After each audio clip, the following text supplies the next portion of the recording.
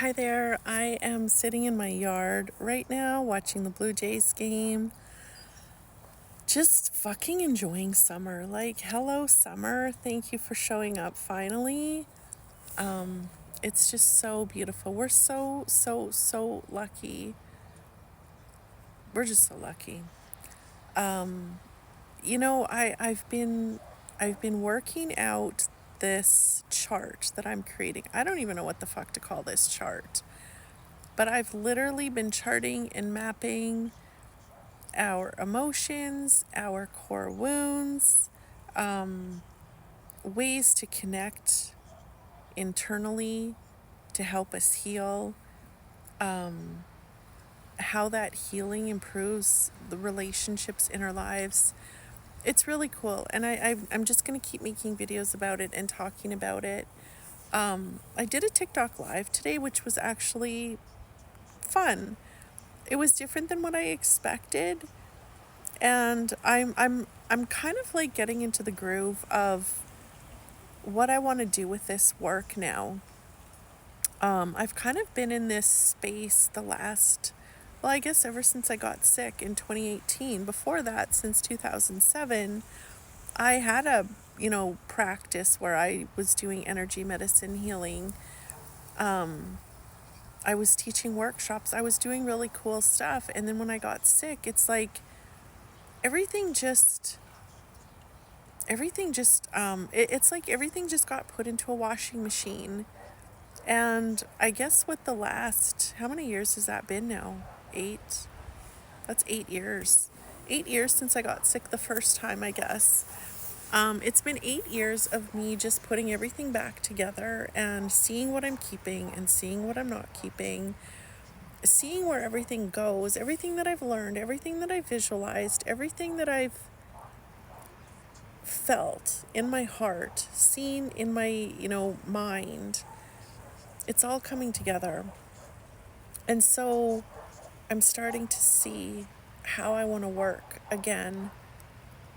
And I'm giving myself permission to really sit in my heart and really feel out, what do I truly want? Like, what do I truly want? And so I'm really discovering what that is. But something that I absolutely love more than anything is doing this kind of work with people, talking about healing, diving into healing, experiencing healing together. And every time I make some kind of video, every time I write a chapter in a book or a blog or whatever it is that I'm doing, that's how the divine speaks through me, is through my own words. But they're not my words, they're coming from the divine. So that's why I'm going to start to really talk about this. And I guess by talking about it, I'm going to learn more about what it is and see more how it applies. Just like even today doing that TikTok live, I sat down with this idea of what I wanted to do, but as I was doing it, it didn't feel like how I wanted it to be done. So it's interesting. It's actually interesting because different platforms are feeling like there's a different vibe. Like, I see how I want to do things on TikTok Live, which is different than I do them in these videos, which is different than how I do it on YouTube. And I'm just going to do it all because it's what I fucking love to do. I love to talk about it. I love to experience it. And the beautiful thing, like I said, is I continue to get these deep insights. And as we gain awareness, we free parts of ourselves that have been caged. And we're caging parts of ourselves by believing stories that are not true. And those stories that are not true are coming from the experiences that we've had as a child, but those experiences, they could have just passed and we wouldn't have made it personal. But what happens is we make it personal and we start to tell ourselves stories that we're not enough, like just all of these really sad stories when you think about this as a small child who believed these things or started to believe these things about themselves, it ends up feeling even sadder, because children are supposed to be playing and laughing and singing and dancing, and yet they're going through traumatic experiences and believing stories about it. So that's what I love about the work that I'm doing is that's what I got really good at in 2018 when I got sick, is really doing the fucking work. Like, you can talk all you want about healing, but when you're faced with, a life-threatening challenge, that's when it's time to actually do your fucking work. And so that's what I started to do, is love myself enough to get through it without giving up. And by facing my emotions, some days were really fucking hard, but I still always found something to be grateful for. And I feel like we all have some really great stories that we could be sharing about our wins and our challenges.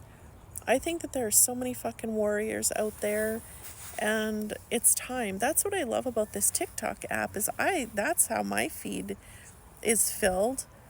It's people being honest and open and authentic about their struggles and their challenges. And here's the thing that showed up for me today. I was talking about the connection that we have with our inner child.